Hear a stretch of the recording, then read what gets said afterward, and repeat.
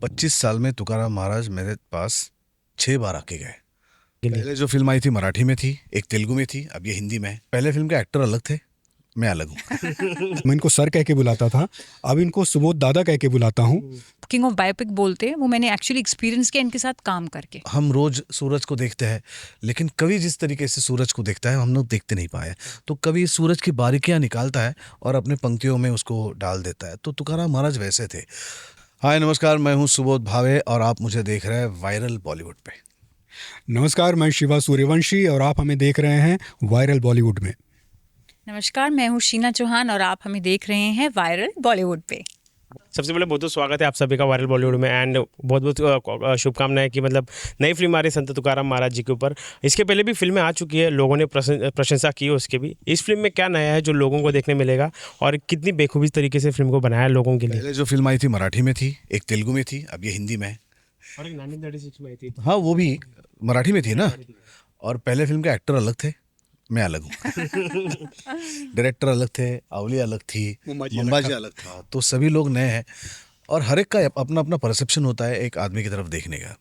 तो प्रभात फिल्म वालों का अलग परसेप्शन था, चंद्रकांत कुलकर्णी जी का अलग परसेप्शन था, तेलुगु फिल्म बनी उनका अलग परसेप्शन होगा, मैंने देखा नहीं है।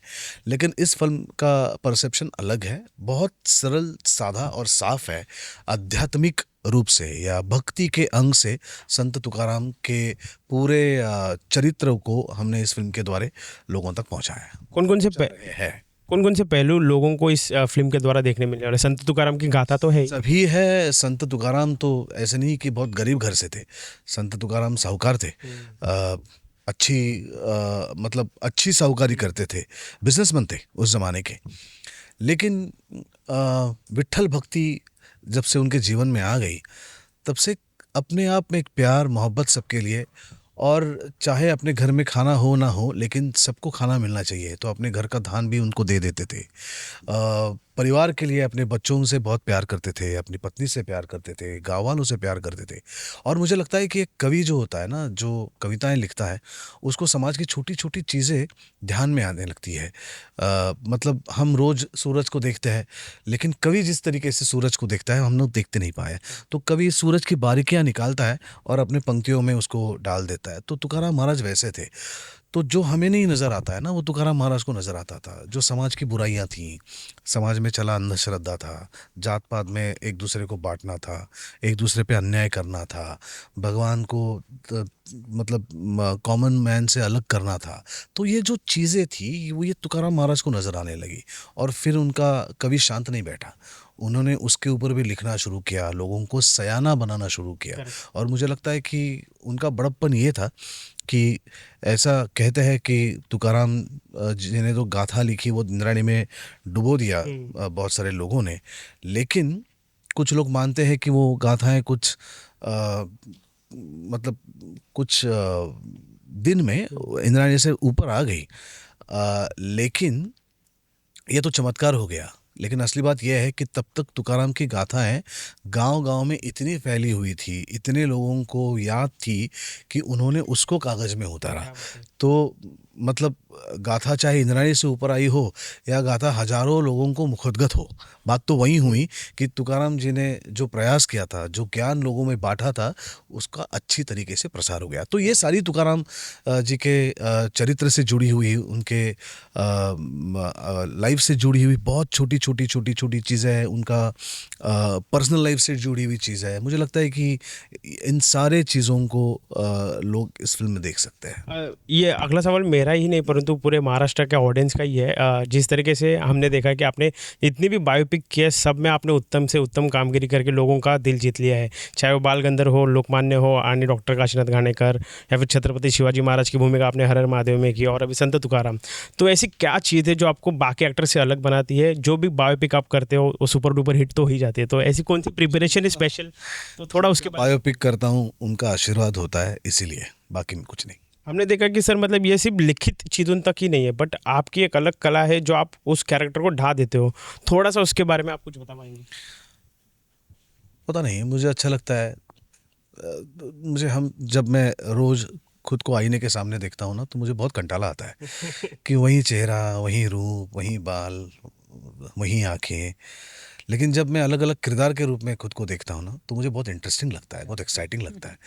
तो मैं चाहता हूँ कि मेरे लाइफ में जितना भी मैं लोगों के सामने आऊँ, मैं हर दफ़ा हर समय अलग अलग रूप में आऊँ, ताकि ना मैं बोर हो जाऊँ खुद से, ना वो बोर हो जाए मुझसे। शीना मैम, मेरा अगला सवाल आपसे ऐसा कहा जाता है कि सुपरस्टार का स्टारडम जब वो सेट पे चलते आते हैं तो तभी महसूस होता है। सेट ऑब्वियसली महाराष्ट्र के सुपरस्टार है ही, सेट पे किस तरीके का माहौल था और इनके साथ काम करके आपको कैसा लगा, अनुभव क्या किया?